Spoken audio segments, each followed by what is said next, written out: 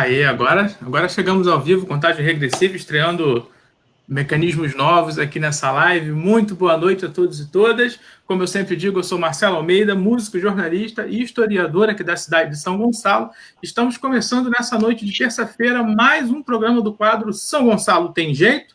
E, como sempre, para debater aqui comigo, tem o companheiro Marcelo Saraiva, companheiro Sidney Vale e como convidado nós temos hoje o nosso camarada aqui, o nosso amigo Isaac Ricaldi, que já está pela segunda vez participando dessa série de lives do grupo Independentes aqui do pessoal de São Gonçalo.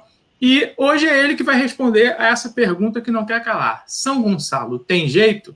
E depois a gente vai debater. Vocês podem botar pergunta nos comentários aqui da página e a gente vai batendo papo aí até umas 8 da noite. Então, meu boa noite a todo mundo. Boa noite, Marcelo. Boa noite, Sidney. Boa noite, Isaac. E a pergunta é contigo, Isaac. São Gonçalo tem jeito? Bom, boa noite, Marcelo Almeida, Marcelo Saraiva, Sidney. É sempre bom estar aqui com vocês. Sempre que vocês me chamarem, eu vou estar aqui, porque acho que esse é um tema muito importante da gente debater, né? Muito instigante, de certa maneira, desafiador. Eu, como já disse da outra vez, eu acho que São Gonçalo tem jeito. Quer dizer, não existe solução fácil, né? Não existe saída fácil.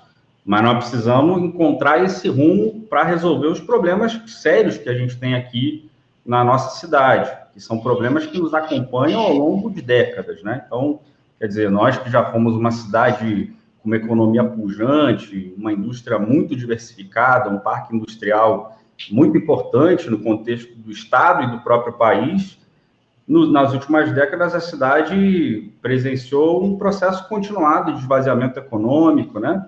Então, isso obrigou grande parte da nossa população a trabalhar no Rio e em Niterói. Não é à toa que a gente tem a maior migração pendular da América Latina aqui, né? A segunda maior da América Latina, a segunda maior do Brasil também. 150 mil pessoas deixam a cidade todos os dias em direção ao Rio e a Niterói. Mais de 150 mil pessoas, só em direção a Niterói são 120 mil pessoas, né? Para trabalhar, né? E são absorvidas no Rio e em Niterói, normalmente, naqueles postos de trabalho que pagam menos, né? Então, são obrigadas a enfrentar um transporte ruim, de péssima qualidade, insuficiente, como a gente conhece, enfrentar horas nesse trajeto até o trabalho para ir e para voltar, o que compromete a própria qualidade de vida do trabalhador. E aquela grande massa que fica também ou é relegada ao desemprego, ao subemprego, né, informalidade, ou é lançada ao desemprego. Então, esse é um contexto muito dramático da nossa cidade, né, que nós precisamos ver como reverte, de fato. Acho que esse é o grande desafio que a gente tem, porque esse esvaziamento econômico ele também acaba por trazer consequências na própria qualidade dos serviços públicos, porque a cidade arrecada pouco, né? Das grandes cidades do Brasil, São Gonçalo é a que tem a pior receita pública per capita. Isso é um problema estrutural da cidade, que está ligado também a esse processo de esvaziamento econômico, e a cidade não consegue oferecer serviços públicos de qualidade para a nossa população. E eu acho que é possível a gente transformar essa realidade, né? Mas nós precisamos romper com a lógica política que impera aqui ao longo dessas décadas. Quer dizer, as elites políticas locais, elas não foram capazes e não tiveram muito interesse de conduzir a cidade no rumo do desenvolvimento econômico e social, né?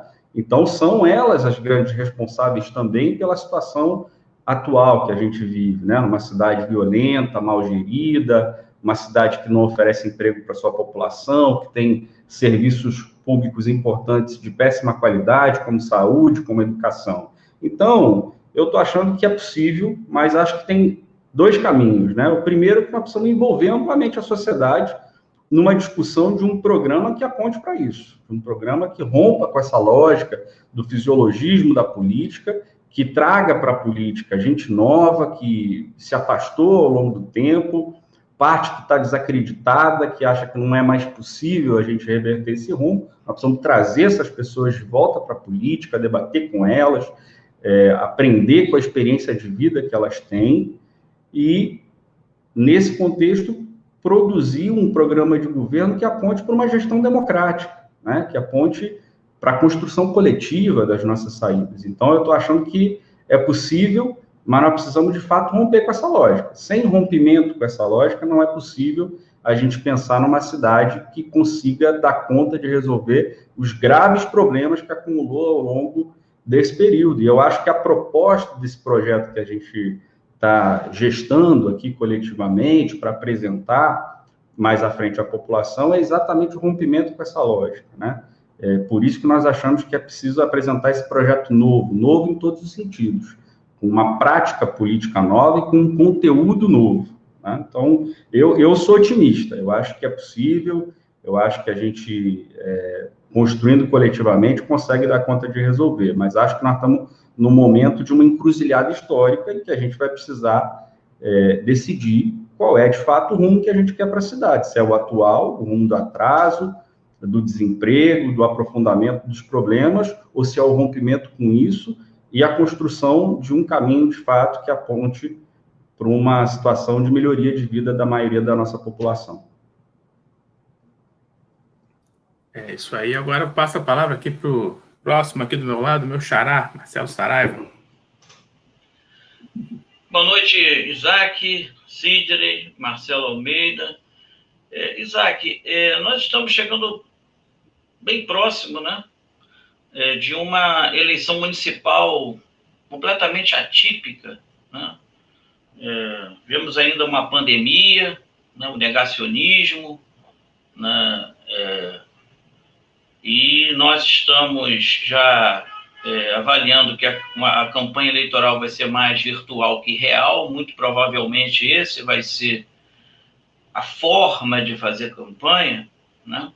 E nós já estamos também vendo o quadro de candidaturas majoritárias já se aproximando, né, da sua definição. Nesse sentido, nós vemos a direita muito dividida na cidade, né?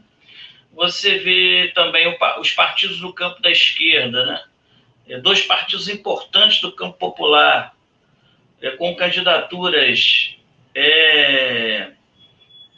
que não vão ter muita condição de fazer isso que você está falando, porque participaram do governo Nance, né? E, portanto, não representam um rompimento com o atraso e com o conservadorismo. Nesse sentido, eu queria fazer a seguinte pergunta, né? Como atuar numa faixa, no espaço que está se abrindo para a esquerda, né? Esse espaço, como esse espaço vai ser preenchido, né? A gente pode colocar que você é o pré-candidato do PCdoB, já numa sinalização, né? Só falta efetivar, conosco do PSOL. Nós estamos muito felizes com essa frente, que ainda pode receber outros partidos importantes, né, do campo popular. Mas eu gostaria de saber de você como a gente atua, porque tem um campo aberto à esquerda, né, que a gente precisa atuar com bastante firmeza, até para se diferenciar da falsa esquerda que se apresenta. Como é que você vê essa forma? Como é que a gente vai atuar nesse lastro campo de esquerda que se abre para nós? Marcelo, eu acho que, assim, primeiro a gente não pode desconsiderar o momento que a gente vive no país, né?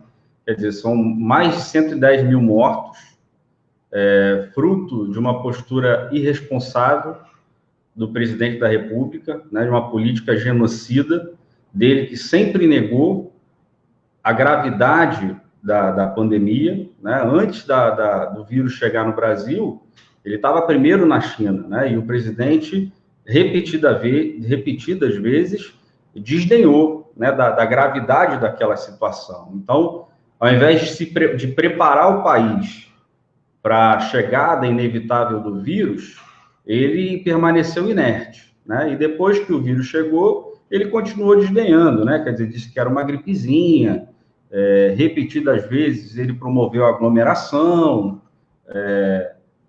sempre negou a importância do isolamento social, sabotou o isolamento social. Então, eu costumo dizer que o presidente da República foi o principal aliado do vírus no Brasil, né? Então, é uma política de fato genocida, que, para além da questão sanitária e de saúde pública, aprofundou um outro problema, que é a crise econômica, né? eu estava vendo alguns dados, quer dizer, de abril a junho, o Brasil fechou quase 9 milhões de postos de trabalho. 8,9 milhões de postos de trabalho foram perdidos. Por quê? Porque o governo também escolheu não dar nenhuma assistência aos pequenos empresários, né? Aqueles que não conseguem suportar muito tempo fechados, que não têm condições de suportar isso. O governo simplesmente lavou as mãos nesse sentido. E mesmo a população, o governo lavou as mãos, porque se não fosse a pressão do parlamento, e aí eu acho que os partidos de esquerda jogaram um papel muito importante, a população não teria recebido parcelas de R$600, teria recebido parcelas de R$200, né? Porque era o que o Paulo Guedes e o Bolsonaro estavam dispostos a dar. Então, eu acho que o contexto nacional é um contexto, assim, muito adverso, porque nada indica que nós vamos sair dessa crise que a gente está metido com o Bolsonaro, com o Paulo Guedes, com essa política de atraso, de retirada de direitos, de ataques à democracia, né? Então, eu acho que esse momento de eleição municipal vai ser o primeiro grande embate, de fato, desde a eleição do Bolsonaro. Isso não é qualquer coisa, né? Então, nós, e eu digo nós, PCdoB e PSOL e PCdoB, entenderam há bastante tempo a gravidade do momento e entenderam que o momento exigia que nós buscássemos unir forças entre nós e entre o conjunto dos partidos do chamado campo popular para fazer frente ao bolsonarismo, para fazer frente à extrema-direita, porque é importante impor derrotas já na eleição municipal, porque isso ajuda a formar correlação de forças para 2022, né? Também por isso. Então, nós, ao nos aproximarmos, ao compreendermos isso, fizemos também um movimento de fazer um chamado mesmo às outras forças políticas. O problema que nós temos percebido, Marcelo, é que parece que está todo mundo cuidando do seu, né, dos seus interesses. Então, eu acho que nós ainda precisamos insistir na possibilidade da gente construir uma unidade maior do nosso campo, porque ela é importante para nos dar melhores condições de chegar ao segundo turno e, em chegando ao segundo turno, vencer as eleições, exatamente por essa conjuntura nacional e também porque nós precisamos dar um novo rumo para a cidade, né? Então, acho que nós devemos primeiro persistir nisso, acho que nós devemos não abandonar esse objetivo, né, que não é simples, ele é complexo, mas acho que nós precisamos primeiro fazer esse esforço, né, esse esforço final, de tentar trazer, unificar, para a gente poder fazer frente à extrema-direita aqui na cidade, que também está dividida, e isso abre possibilidades maiores, inclusive, de nós unificados chegarmos ao segundo turno. Então, esse é o primeiro ponto. O segundo é como faz isso, né? Nós estamos achando que não é possível a gente apresentar, nesse momento da cidade e nesse momento do país, mais do mesmo. Nós precisamos nos diferenciar, nós precisamos apresentar uma política diferente, que aponte para a solução dos problemas graves que a gente vive aqui, para o rompimento com a lógica política que impera na cidade há décadas, né? E, por isso, nós precisamos ter a questão da essência e da aparência, né? Então, quer dizer, a questão programática é a essência. E a questão de quem é o candidato, de como é que isso se define, de qual é o melhor perfil, é uma questão que é a aparência, mas também é a essência, né? Então, nós achamos que não é possível que a gente possa discutir em torno de candidaturas de quem já governou com o Nancy, com o Neilton, ou seja, de quem já esteve comprometido com esse projeto, né? E é nesse sentido que a gente vem buscando intensificar o diálogo com essas forças. Então, se a gente conseguir reunir consenso em torno da ideia de apresentar uma política transformadora, eu acho que a gente tem tudo para formar uma grande coalizão do campo da esquerda e disputar em melhores condições. Se isso não for possível, nós vamos precisar apresentar esse projeto à sociedade, né? Nós vamos precisar problematizar, nós vamos precisar mostrar a importância e a necessidade da gente romper com essas práticas que nos conduziram tão mal até aqui, né? Então, eu acho que existe esse espaço, eu percebo, assim, que existe no seio da população um anseio pela renovação das práticas políticas, e um anseio também, eu acho que, pela renovação, inclusive, geracional da nossa política, né?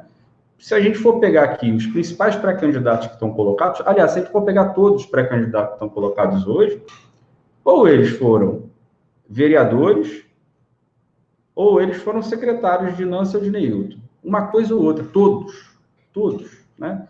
Isso, então, tem alguma relação com a velha política também. Então, eu acho que existe esse espaço, e eu acho que não é só uma escolha, eu acho que é uma necessidade nossa de apresentar esse projeto de rompimento, de fato, com tudo que existe de pior na política municipal. E eu estou convencido que nós vamos ter tudo para ter sucesso com isso também, porque eu percebo na população, assim, um cansaço, sabe? Um cansaço com a falta de propostas, de fato, que possam resolver os problemas sérios que a nossa população vive aqui há tanto tempo. É isso. Companheiro Sidney, tem alguma pergunta, Sidney? Vamos abrir por... Aí. Opa. Tem sim. Eu vou aproveitar, né, que na apresentação aí o Isaac, né, comentou sobre a industrialização, né, São Gonçalo já foi, né, bastante industrializado, tem até aquele título, né, de Manchester Fluminense, e gostaria de saber dele o seguinte, muitas pessoas dizem que São Gonçalo já deixou de ser uma cidade dormitório, né, diz que no momento o forte aqui da nossa cidade seriam os serviços, né. Como a gente está discutindo, São Gonçalo tem jeito.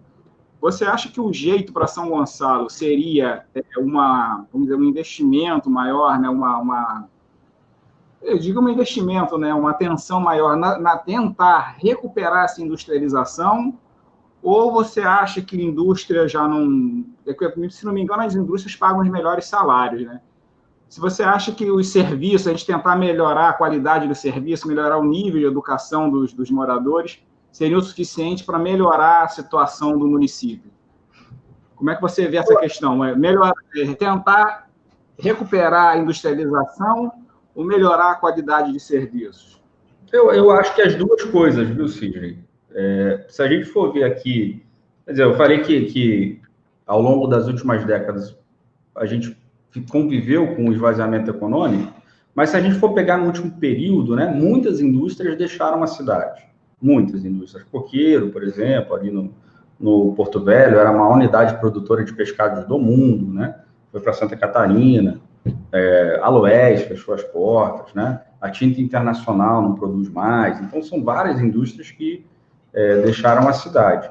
E nós aqui temos uma localização privilegiada, né? Quer dizer, eu costumo dizer que a gente está muito bem situado, a poucos quilômetros da capital, da segunda maior capital do Brasil, na segunda região metropolitana mais rica do país, né? Então, a gente tem uma infraestrutura aqui, temos a BR, temos, quer dizer, outras rodovias que cortam a cidade, que criam condições para que a gente tenha um parque industrial mais forte do que a gente tem hoje.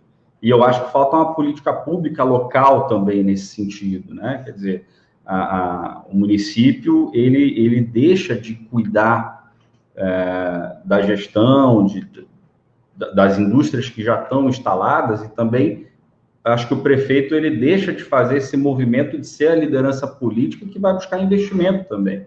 Porque isso é possível, né? Mesmo com a crise, existem investimentos importantes sendo feitos no Brasil, investimentos chineses, por exemplo. É possível a gente atrair alguma indústria chinesa para o Brasil? Eu acho que é possível, mas o prefeito precisa ir à luta, né? O prefeito precisa também ser a liderança que vai buscar os investimentos, que representa, de fato, os interesses da cidade. Então, eu acho que no campo da indústria é possível também. E é lá que paga os melhores salários, né? Quer dizer, e aí também a gente precisa tratar da lógica maior. Quando a gente tinha uma política de conteúdo nacional da Petrobras, a gente via aqui os estaleiros funcionando, tanto em São Gonçalo quanto em Niterói. Boa parte da nossa população estava trabalhando lá, recebendo bons salários, né? Então, aonde estão essas pessoas hoje? Ou estão desempregadas, ou estão em trabalhos precarizados, viraram Ubers, enfim. Então, eu acho que é possível. E também cuidando do setor de serviço e comércio, né, que a gente tem um grande potencial. Por quê? Porque nós aqui temos mais de 1 milhão de habitantes. É uma cidade muito grande e as pessoas precisam consumir e consomem.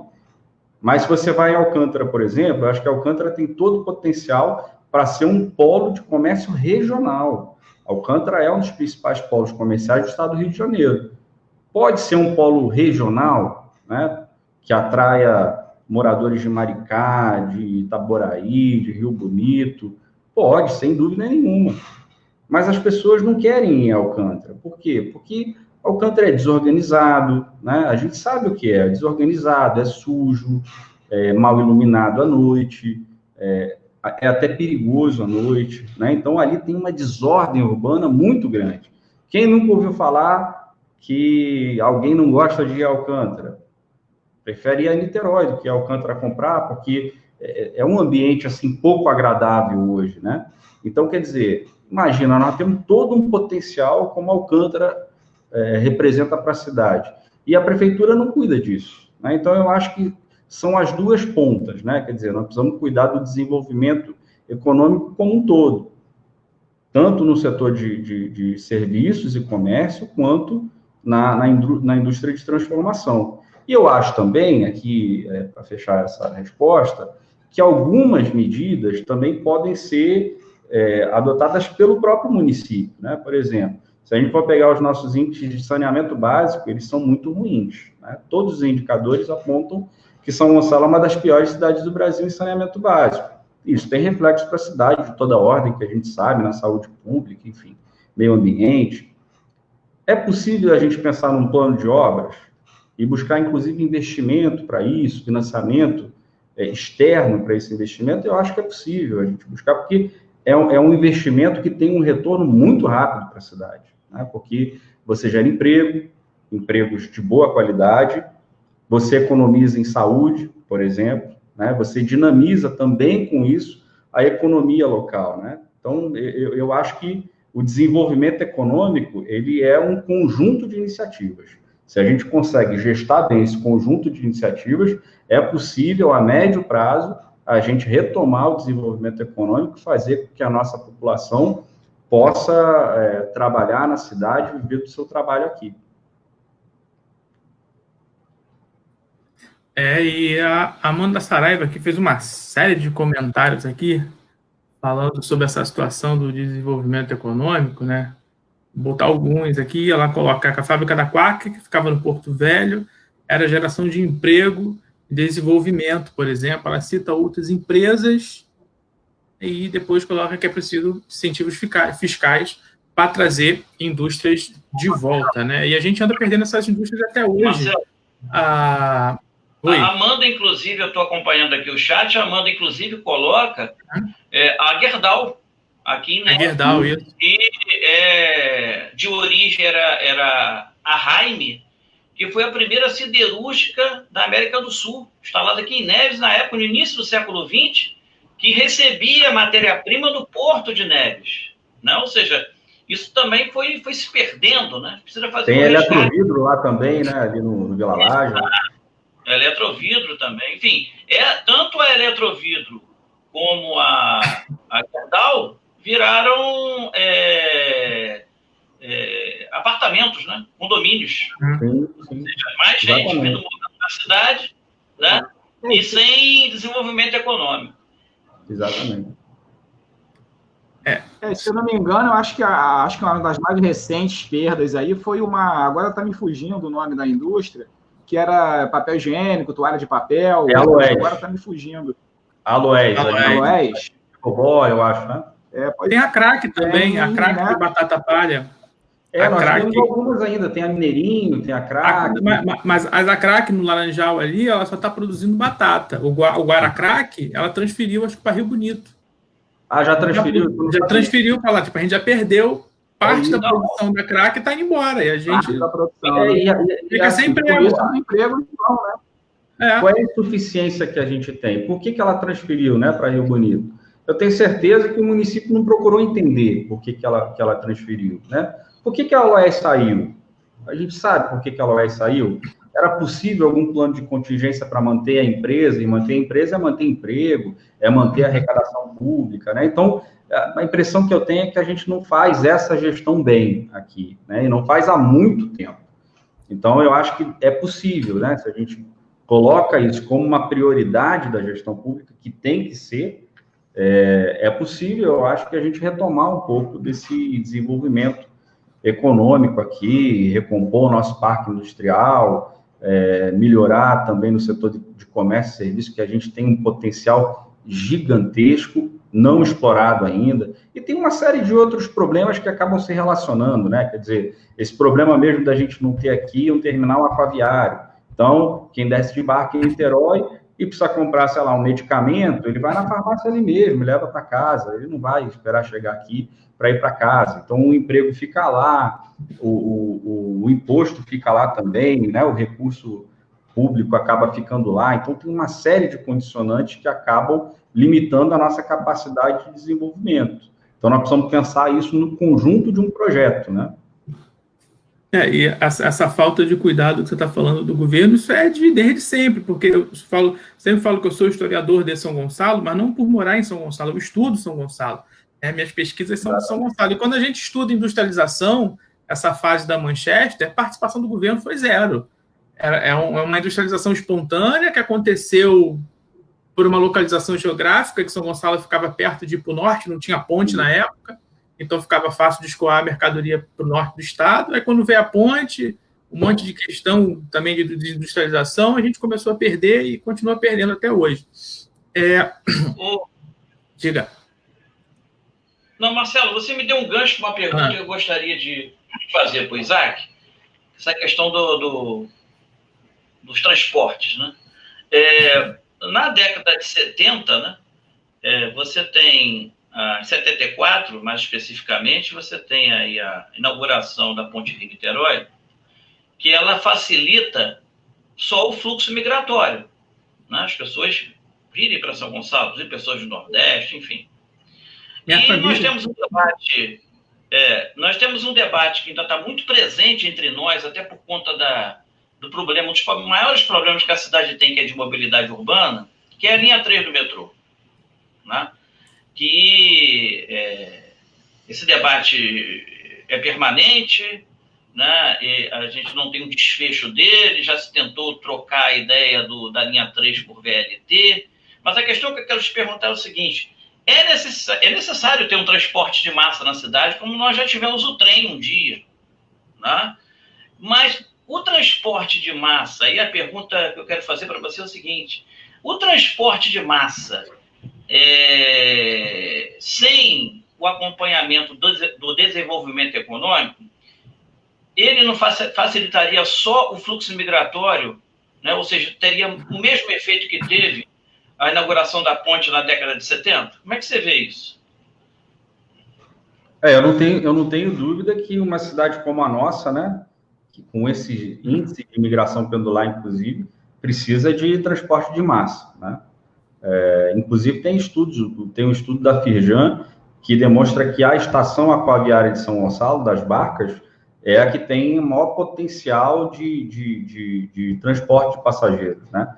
Então, quer dizer, ali a gente teria um número de pessoas sendo transportadas diariamente muito elevado, provavelmente mais elevado que a estação de Niterói.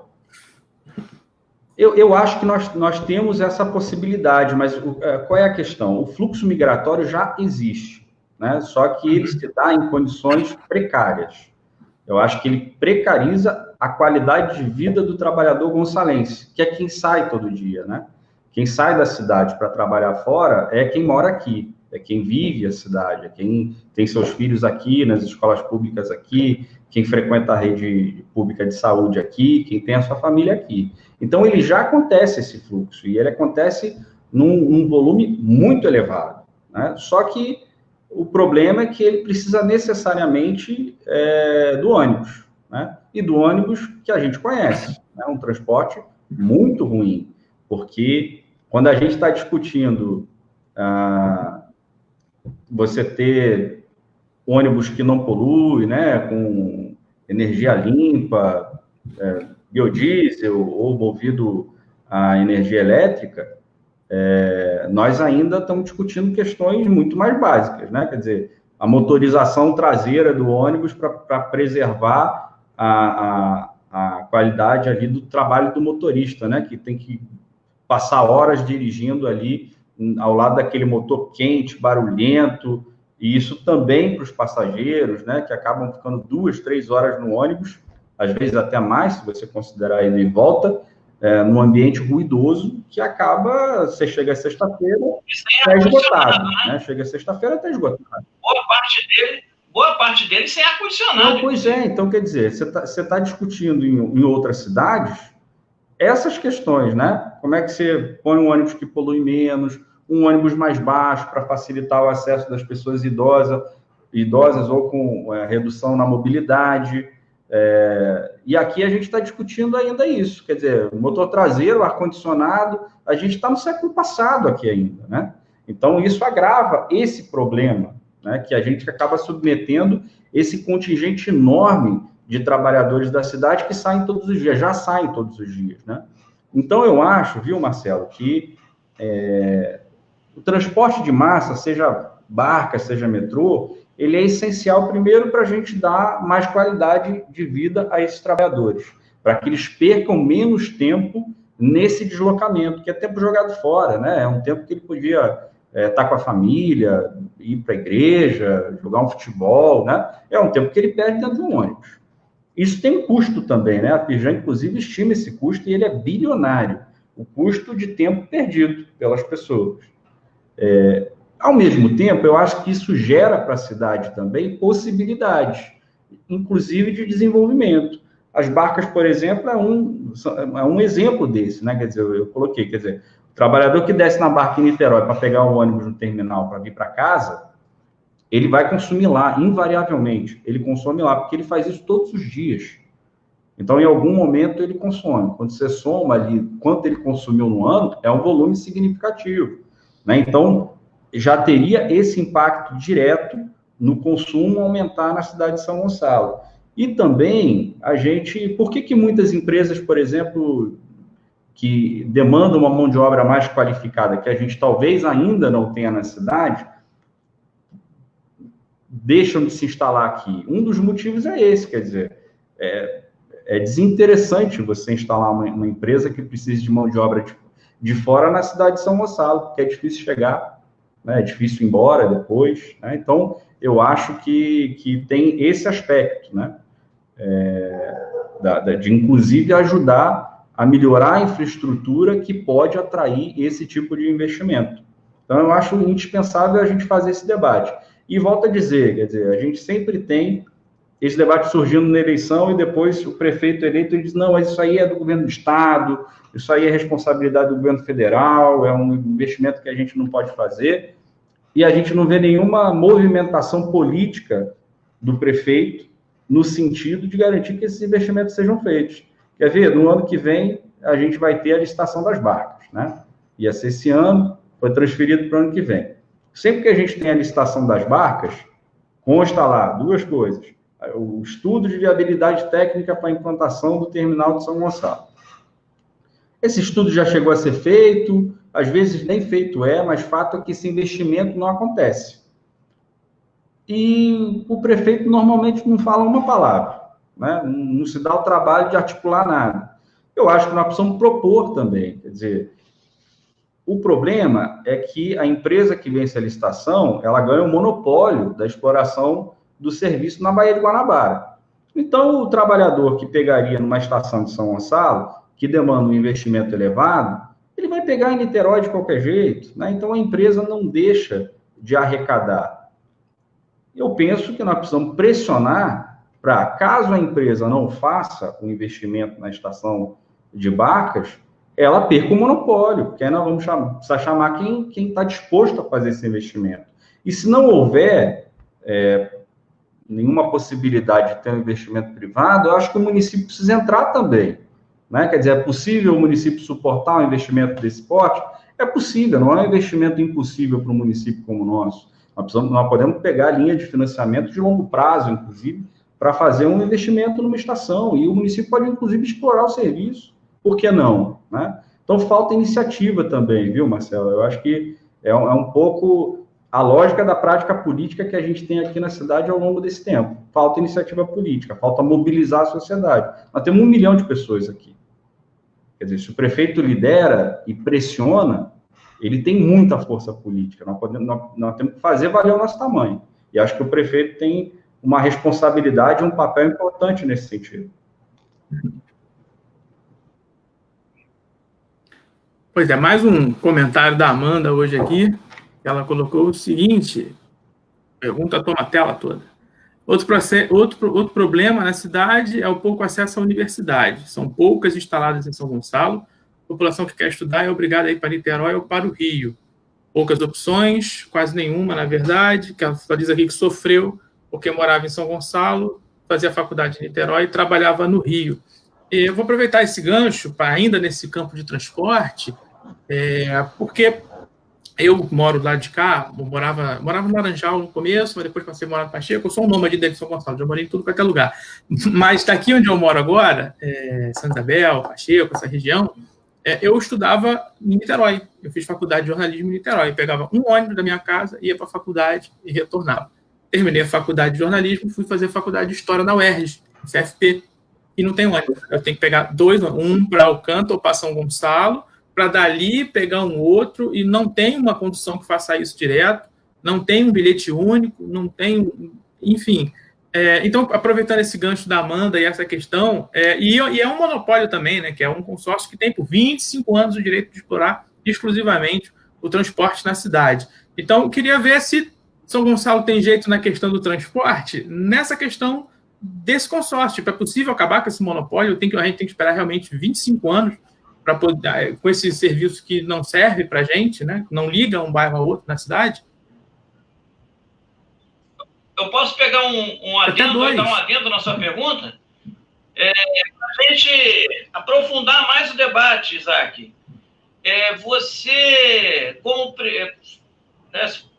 se eleito prefeito, né, você defenderia a constituição pelo município de uma empresa municipal de transporte com tarifa zero?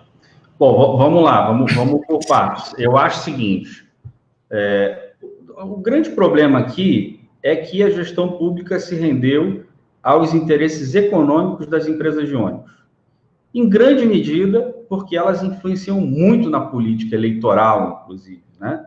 Então, o município abriu mão de ditar as regras de planejamento do sistema de transporte via ônibus na cidade.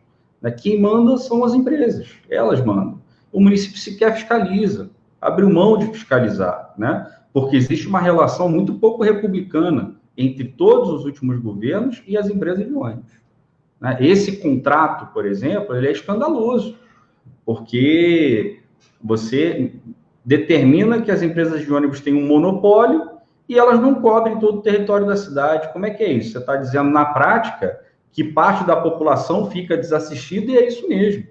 Então, ele é escandaloso. Eu acho que nós vamos precisar fazer gestão para rescindir esse contrato e a gente assumir, de fato, enquanto poder público, a responsabilidade pelo planejamento urbano. A gente não tem aqui sequer um conselho municipal de transporte, porque as empresas de ônibus não deixam. Eu não sei se todo mundo lembra, acho que foi no ano retrasado, né? Quer dizer, o prefeito não estava muito bem com a Câmara, isso às vezes acontece, e acabou passando na Câmara um projeto que prevê o fim da dupla função, né? O motorista cobrar passagem, né? Porque isso gera uma insegurança grande, e também muito risco, tanto para o motorista quanto para os passageiros, porque não é possível você ficar esse tempo todo num trabalho que já é, por natureza, estressante, ainda precisar ficar responsável por trocar dinheiro. Então, a Câmara acabou aprovando o fim da dupla função, essa lei está vigente. O prefeito acabou perdendo o prazo para vetar. Imagina. A Câmara também aprovou e meio que achando assim, bom, o prefeito pelo menos chega lá, o prefeito vai vetar. Ali é tão desorganizado que o prefeito perdeu o prazo para vetar e a lei acabou sendo promulgada pela Câmara e está vigente. Mas alguém viu algum movimento da prefeitura no sentido de garantir o cumprimento da lei? Zero movimento da prefeitura. Sequer foi questionada juridicamente a lei, mas ela não é cumprida. E, de fato, hoje, em São Gonçalo, a dupla função é ilegal. E é o que acontece o tempo todo. Então, eu acho que, primeiro, nós temos isso, viu?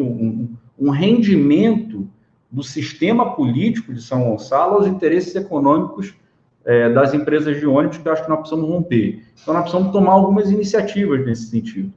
Primeiro, eu acho que nós precisamos ter como marca na gestão a participação popular e a democracia na gestão. Quer dizer, nós precisamos construir coletivamente de acordo com as melhores práticas que a gente tem.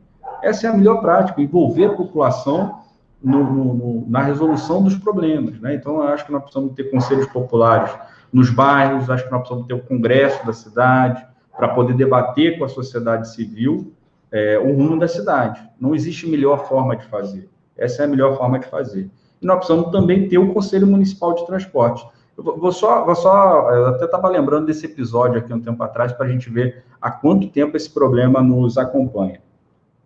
Durante o governo Charles, eu era presidente do Grêmio, inclusive, lá de Santos Dias.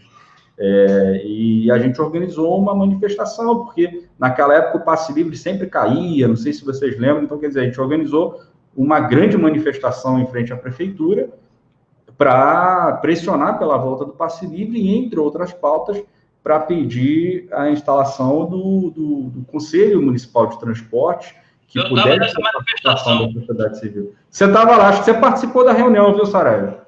Aí era o Coronel França, o secretário, você lembra disso? O Coronel França recebeu lá uma comissão, o Marcelo estava. Aí, a gente, não sei, eu acho que talvez tenha sido até o Marcelo, a gente propôs, mas nós estamos propondo aqui também a criação de um Conselho Municipal de Transporte. Aí o secretário disse o seguinte: não, eu não vou me comprometer a criar esse negócio aí, não. Eu não sei nem o que é esse negócio de paritário que vocês estão propondo. Então, para a gente entender, assim, o nível, né, do debate político, do debate público na cidade de São Gonçalo. E é uma pauta muito antiga a criação do Conselho, que nenhum governo se comprometeu, exatamente pela influência do poder econômico, inclusive, das empresas de ônibus na política e nas eleições. E eu acho, viu, Marcelo, quer dizer, eu acho que nós precisamos ter, assim, um projeto muito pé no chão, né? São Gonçalo ainda é uma cidade que tem muita dificuldade de se financiar. A nossa receita pública ela é muito baixa, né? Ela é muito baixa. Nós estamos falando aqui de R$1.000 per capita de orçamento público, né? Então, enquanto modelo, eu acho importante que o município, que o poder público possa ter suas empresas de transporte, né? Ou com valor subsidiado da passagem, ou a custo zero. Mas eu acho que, no caso de transporte gratuito, nós ainda temos dificuldade de fazer aqui, nós ainda teríamos dificuldade. Mas acho que no médio e longo prazo, nós podemos caminhar para um modelo desse tipo, né? Porque nós precisamos ir resolvendo esses problemas aqui de como é que a gente recompõe a receita pública. Ela passa pelo desenvolvimento econômico e passa também por uma justiça tributária e por uma maior efetividade na arrecadação. Se a gente compara a receita própria de São Gonçalo com outros municípios com uma economia parecida, a nossa receita é muito baixinha, muito pequena ainda, né? E ela é muito injusta também, porque ela cobra da mesma forma quem pode menos e quem pode mais. Então, nós precisamos também caminhar por uma justiça tributária, né? Quem tem vários imóveis, é justo que pague um IPTU mais caro, né? Então, a gente eu acho que precisa caminhar para ter também uma tributação progressiva. Mas, enquanto modelo, eu acho justo. Eu acho que, por exemplo, no caso das barcas, que eu falei aqui, se não for do interesse do consórcio que vencer lá a licitação que o Estado vai fazer, eu acho que o município pode ter uma empresa pública e pode operar, e pode se propor a operar. Fala, peraí, eu vou operar isso aqui, porque isso é importante para a nossa população, né? Essa passagem pode ser, inclusive, subsidiada. Então, enquanto modelo, eu acho que é importante, mas acho que nós precisamos aqui ser muito responsáveis, porque tem uma turma que sempre propõe esse tipo de coisa, quer dizer, com base na experiência de Maricá, que é uma boa experiência, mas fato é que Maricá recebe, sem nenhuma virtude, mas sem nenhum esforço próprio, um valor bilionário de royalties. Né? É bilionário o valor que Maricá recebe. É, inclusive, uma distorção que a gente tem aqui na região, que a gente tem 2 municípios que são ilhas de riqueza, Niterói e Maricá, que recebem assim, um volume gigantesco de recursos de royalties, e um bolsão de miséria, que é São Gonçalo. Né? Mas, Isaac, desculpe, Isaac, me permite, claro. porque você deu um gancho para algo que eu acho que a gente tem que recuperar na cidade. Você fala com bastante propriedade, né, essa questão dos royalties de Niterói e Maricá. Sim. Mas, por exemplo, nós perdemos, alguns anos atrás, as ilhas d'água em Redonda para o Rio de Janeiro. Sim. E ficou por isso mesmo. Sim. Né? Ou seja, os nossos parlamentares na Assembleia Legislativa, por exemplo, né, que existiam na época, não quiseram travar essa briga com a capital. Estaria na hora também da gente começar a fazer campanhas em defesa da recuperação dessas ilhas, né? Ou seja, ter uma articulação nesse sentido, porque Niterói e Maricá vão continuar ricas. Né? E se a gente não tiver iniciativa política, a gente vai continuar pobre. Né? Então, assim, uma das coisas que fundamentalmente a gente tem que fazer enquanto gonçalense é ter iniciativa política de tentar recuperar aquilo que é nosso. Né? Nós já perdemos, inclusive, né, no início do século XX, né, a nível de território, Itaipu, né, era São Gonçalo. Foi uma troca que o prefeito da época fez. Né? Enfim, a região que eu moro aqui era Niterói, quase que eu sou niteroiense. Né? Enfim, um conjunto de desmandos que a gente não consegue ter a iniciativa política, né, de fazer campanha para recuperar aquilo que é nosso. Você não acha que isso também tem que ser discutido entre nós, inclusive na campanha eleitoral? Não, eu acho, é exatamente isso que eu acho. Quer dizer, eu acho que nós precisamos mobilizar a sociedade para garantir os interesses da cidade, e mobilizar a sociedade é isso, né? É chamar para discussão mesmo. Quer dizer, o que é importante aqui para a cidade, que nós não podemos deixar de pautar. Essa questão, por exemplo, da perda das ilhas, ela se repete na história, que você mesmo colocou, quer dizer, todo o distrito de Itaipu pertencia a São Gonçalo, e isso significa que se não tivesse havido essa divisão do território, essa perda de parte do território, São Gonçalo receberia os royalties que Niterói recebe hoje. E provavelmente seria uma cidade muito mais próspera do que é, né? Porque receberia um volume grande de recursos. E volume de recursos significa maior capacidade de investimento nos serviços da cidade, na infraestrutura, maior capacidade de fomento do desenvolvimento, né? Então, eu acho exatamente isso, viu, Marcelo? O problema é que aqui a população, historicamente, foi sendo alijada do debate público, né? Não existe aqui, por parte do município, há bastante tempo, porque essa é a forma que as elites locais sempre procuraram governar, não existe aqui o incentivo à participação popular. As pessoas não é dado o direito de participar do debate da cidade, né? Então, essa marca da nossa história, por exemplo, de Niterói, ter todo o distrito de Itaipu sendo anexado ao seu território depois de ter sido tirado de São Gonçalo, a maior parte das pessoas sequer sabem disso, né? Então, eu acho exatamente isso, eu acho que nós temos responsabilidade, viu? Responsabilidade exatamente de pautar essa questão e de trazer as pessoas para esse debate. E acho particularmente que o prefeito tem um papel importante no sentido de liderar isso, porque é isso, quer dizer, a cidade vem sendo, ao longo do tempo, vítima de agressões, né? E várias agressões, quer dizer, o que foi a construção da BR aterrando, por exemplo, aquela nossa orla ali? Isso é uma agressão. Qual cidade que passou mesmo por essa agressão? E as elites locais simplesmente aceitaram, né? Porque... e a gente acabou, com isso também, baixando a autoestima da nossa gente, né? A gente está na cidade porque não tem alternativa. Eu estava vendo, inclusive, um dado, esse dado da Justiça Eleitoral, né? Quer dizer, em 4 anos nós perdemos aqui 20 mil eleitores. Enquanto Maricá ganhou eleitores, Niterói ganhou eleitores, nós perdemos 20 mil eleitores. Por quê? Porque quem pode vai saindo da cidade. Muita gente não acredita mais na nossa capacidade de resolver os nossos problemas. Então, eu acho que esse nosso projeto aqui também é uma oportunidade da gente melhorar a autoestima das pessoas, trazer as pessoas de novo para esse debate e mostrar que é possível mudar essa realidade. Eu acho que isso é indispensável, você tem toda a razão. Pois é, e essa migração de gente, sempre quando falam que as pessoas saem de São Gonçalo, eu me lembro de que a gente perde história junto, né? Lá vou eu bancar de historiador aqui de novo. Porque São Gonçalo tem a Ilha das Flores, né? Que é o primeiro centro de imigração do Brasil, recebeu vários imigrantes ali, e a gente da UERJ de São Gonçalo, que professores da UERJ de São Gonçalo coordenam aquele museu de imigração, não consegue fazer a história dos imigrantes, justamente porque as famílias que conseguiram enriquecer meteram o pé. Foram embora. A gente não tem uma colônia de imigrantes, seja de italiano, de japonês, de chinês, a gente não tem, porque quem ganha dinheiro vai embora. Mas eu e o Marcelo aqui estamos falando muito. Vou passar a palavra para o Sidney ali.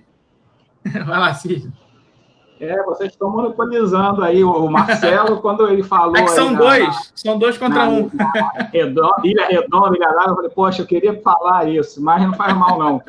Já que o Marcelo comentou, né, sobre empresa municipal de transporte, aqui em Neves, a gente está ressuscitando aqui um debate, né? Nós fizemos aqui algumas audiência pública não, algumas plenárias sobre o problema das enchentes, né? A gente sabe que Neves alaga aqui, que é uma beleza, é um problema histórico, né? E um dos principais problemas, né, que ocasiona essas enchentes é o lixo, né? Então, a gente está ressuscitando aqui um debate de descarte de lixo e tal. A coleta é relativamente boa, mas acho que falta uma questão de conscientização. E também em São Gonçalo se fala muito, né, no passado, se discutiu muito sobre a criação de uma empresa municipal de coleta de lixo, porque são contratos milionários, né, essas empresas que prestam serviço aqui em São Gonçalo, como agora tem a Marquise, já teve a Serviflu. A Serviflu foi terrível, a Marquise até que mais ou menos. Mas, você vê, nós não temos coleta de lixo, coleta seletiva de lixo, né? Existem alguns serviços que a gente vê, a Prefeitura de Niterói, no Rio de Janeiro, que também é empresa municipal, de retirada de entulho, retirada de móveis, né? No Rio, você liga, eu tenho um sofá aqui que quero que retire. A empresa vai lá, agenda, retira.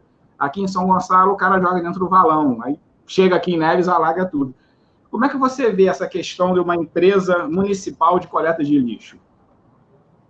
Ô, Sidney, você sabe que esse problema da enchente eu vivi na pele durante bastante tempo, né?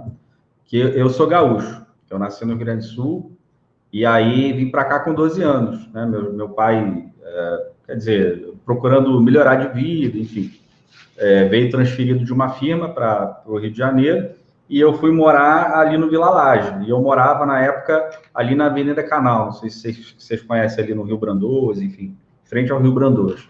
E eu fui morar no primeiro andar de um daqueles apartamentos. Eu cheguei aqui em fevereiro, né?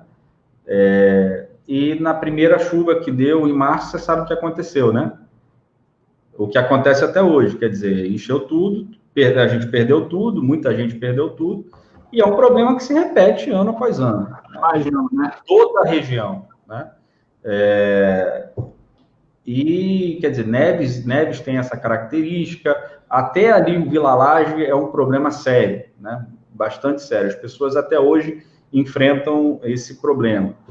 E ele está ligado exatamente a esse problema maior, mais estrutural mesmo da cidade, né? Quer dizer, se a gente pega os níveis de saneamento básico, por exemplo, que a coleta de águas fluviais também é saneamento básico.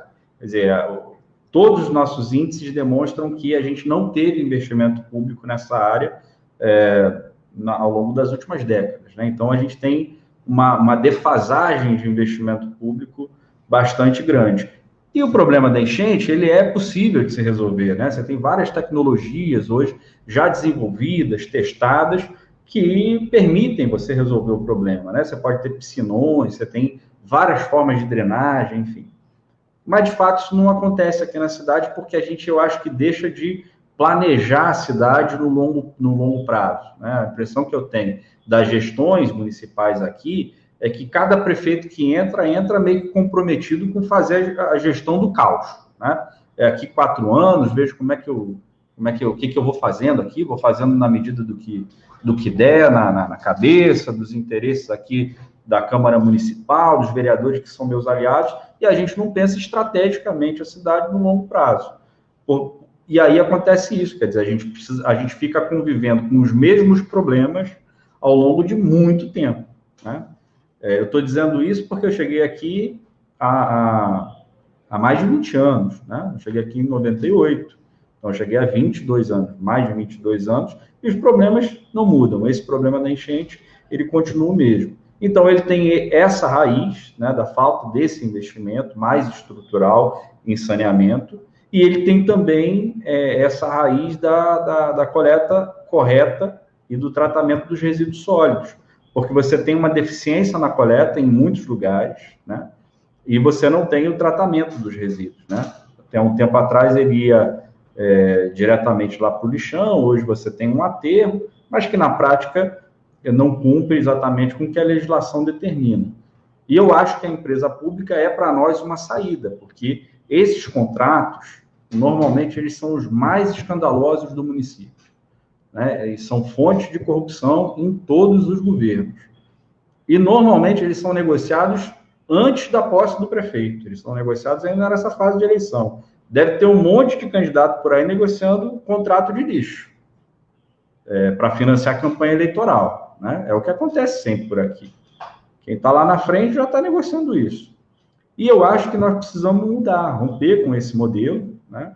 Esse modelo que é caro e ineficiente, e acho que a empresa pública é uma saída para nós, porque todas as cidades, pelo menos médias no Brasil, mais desenvolvidas, têm uma empresa pública, porque a empresa pública ela tem possibilidade, inclusive, de fazer receita com o lixo, né? O lixo pode ser uma fonte de receita, uma fonte de emprego, uma fonte de renda para muita gente, quando você dá a destinação correta para os resíduos sólidos.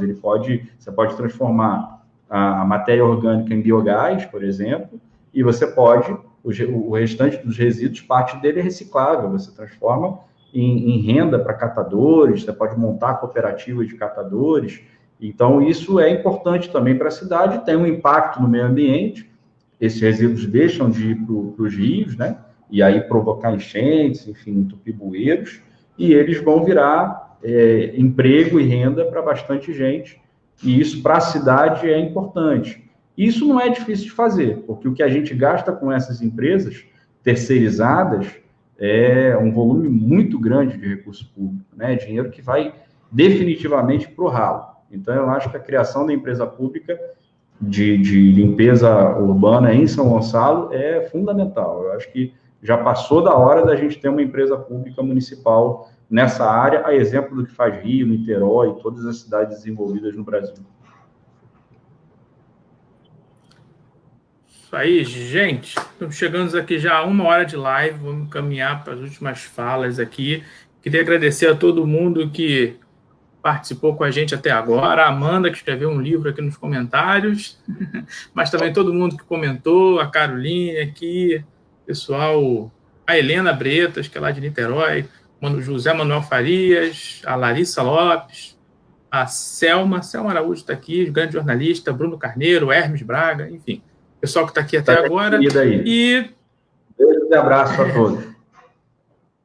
E o Marcelo Sidney tem alguma última colocação a fazer? Uma questão saideira aí? Eu teria uma última pergunta. Eu sei que o Isaac está com o horário apertado, que ele tem uma outra reunião. Mas só para... Nós estamos chegando na fase final. Eu sempre... É uma prática nossa, né? No final desse quadro, São Gonçalo tem jeito, não só discutir a questão mais do executivo, né? Da questão do papel do prefeito, mas também a Câmara Municipal, né? Nós temos uma realidade na cidade, nós temos 27 vereadores na cidade, apenas um do campo popular de esquerda, que é o professor Paulo, do PCdoB. Isaac, quais são, na sua avaliação, as perspectivas, né, da gente conseguir, no mínimo,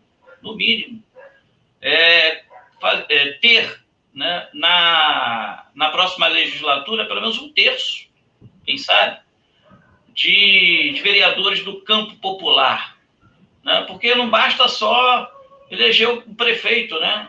Esquerda. Você tem que ter uma Câmara Municipal minimamente consequente, né?